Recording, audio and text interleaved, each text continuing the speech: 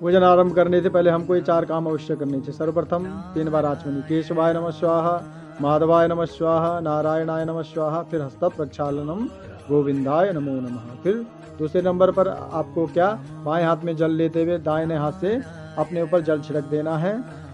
अपवित्रः पवित्रो वा सर्वावस्थां गतोऽपि वा यस्मरेत् पुंडरीकाक्षं सभायाभ्यन्तरा शुचि, इस मंत्र से अपने ऊपर जल छिड़क दें। तीसरे नंबर पर आपने क्या करना है, पृथ्वी माता के लिए एक विनियोग छोड़ना है। पृथ्वी मंत्रस्य मेरु पृष्ठति सुत्लम छंदा कुर्मो देवता आसन पवित्र करणे विनियोगः और पृथ्वी नमः, ऐसे कहकर पृथ्वी पर विनियोग छोड़ देना है। चौथे नंबर पर आपने बाएं हाथ में फिर जल लेना है। फिर उस जल को गायत्री मंत्र से आलोड़न करना है। फिर अपने चारों दिशाओं में छोड़ देना है।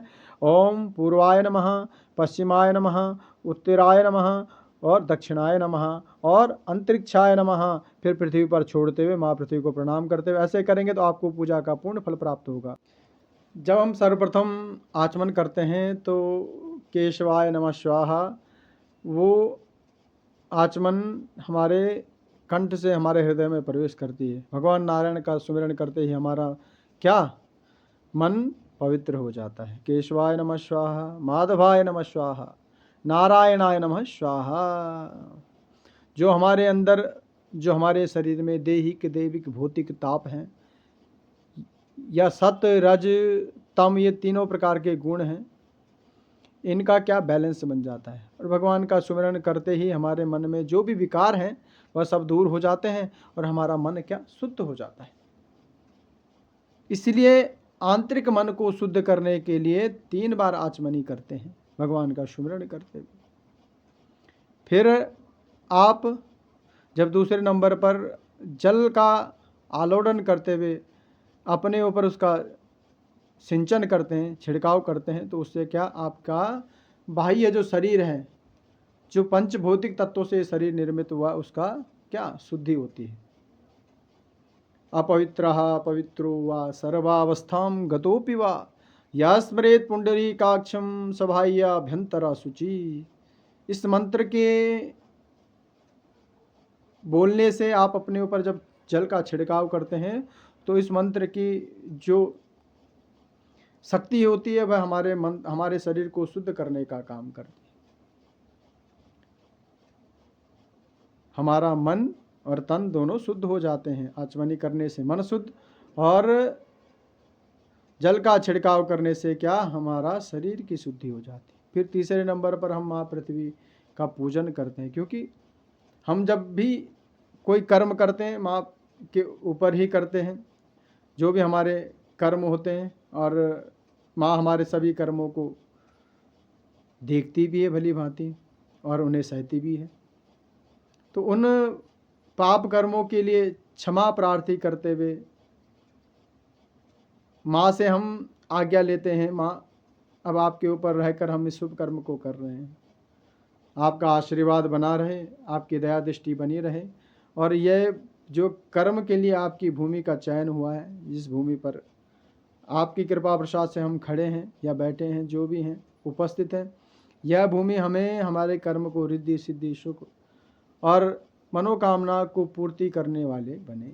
माँ को प्रणाम करते हुए, पृथ्वी माता को प्रणाम करते हुए, क्योंकि माँ हमारे सभी अपराधों को क्षमा कर देती है। पृथ्वी माता के लिए विनियोग छोड़ते हैं। माँ से हम फिर स्पर्श करते हुए प्रार्थना करते हैं, आधार शक्तये नमः, कुर्म कमलासनाय नमः, विमलासनाय नमः, ऐसे कहते हुए फिर हम माता को हाथ जोड़कर प्रार्थना करते हैं, उनसे क्षमा प्रार्थना करते हैं। फिर हम क्या करते हैं कि अब हम जब किसी भी कर्म को करते हैं, हमने देखा होगा कि पहले जो भी हम चलचित्र नाटक वगैरह देखते हैं उसमें दिखाते हैं, रामायण महाभारत, उसमें जब यज्ञ होते हैं तो कई प्रकार की बाधाएं, जैसे राक्षस लोग यज्ञ में क्या, विघ्न डालते थे।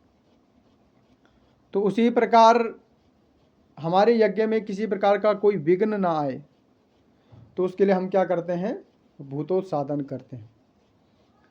तो भूतोत्साधन करने के लिए हम क्या, पीली सरसों हाथों में लेते हैं। पीली सरसों में बहुत शक्ति होती है, ये सकारात्मकता का प्रतीक है, ये शक्ति का प्रतीक है। पीली चीज़ है, पीली सरसों है, तो भगवान नारायण का प्रतीक, पीला कलर, पीला रंग।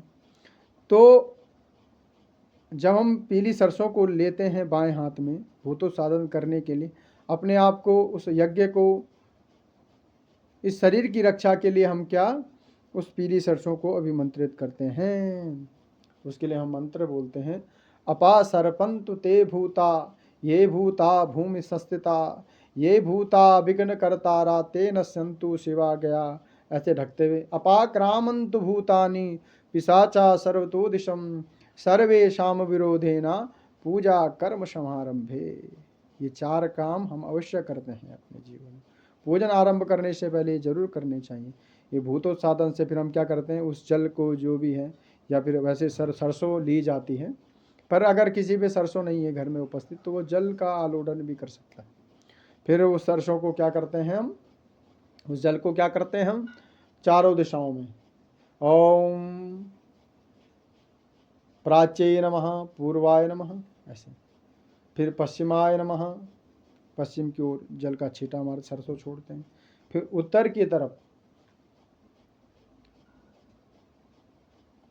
उत्तर कुबेराय नमः, फिर दक्षिण की तरफ दक्षिण यमाय नमः धर्मराजाय नमः दक्षिणाय नमः, फिर अंतरिक्ष की ओर छोड़ते हैं, फिर हम पृथ्वी पर छोड़ते हैं।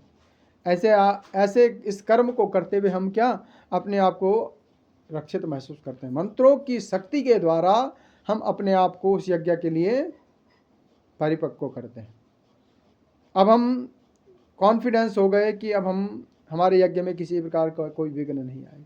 कोई भी यज्ञ हम करते हैं, कोई भी साधना हम करते हैं, कोई भी तप हम करते हैं, तो क्या उसमें ये कर्म अति आवश्यक है। ये 4 कर्म पूजन आरंभ करने के लिए 4 कर्म अति आवश्यक है। साधना हो, जप हो, तप हो या कोई यज्ञ हो, ये 4 कर्म बहुत अति आवश्यक हैं। आगे भी होते हैं पर ये जो 4 कर्म है ये अति आवश्यक है। तो यज्ञ के पूर्ण फल प्राप्ति के लिए या जो भी हम जप तप पाठ जप नियम जो भी करते हैं उसकी पूर्णता के लिए, पूर्ण फल प्राप्ति के लिए ये 4 कर्म, उस कर्म को आरंभ करने से पहले, यज्ञ को आरंभ करने से पहले करना अति आवश्यक है। तो राधे राधे। अगर आपको भली बातें समझ में आया हो तो वीडियो को अधिक से अधिक शेयर करें और जानकारी सभी तक पहुँचे, क्योंकि हम लोग करते तो हैं इस कर्म को, पर क्या उसका तात्पर्य हमें मालूम नहीं होता। तो तात्पर्य मालूम होना अति आवश्यक है। उससे क्या हमारा भावार्थ जागता है, कर्म को करने में रुचि जागती है, हमें मालूम होता है कि हम इस कर्म को कर रहे हैं तो इसका क्या तात्पर्य है। तो अधिक से अधिक शेयर करें। राधे राधे।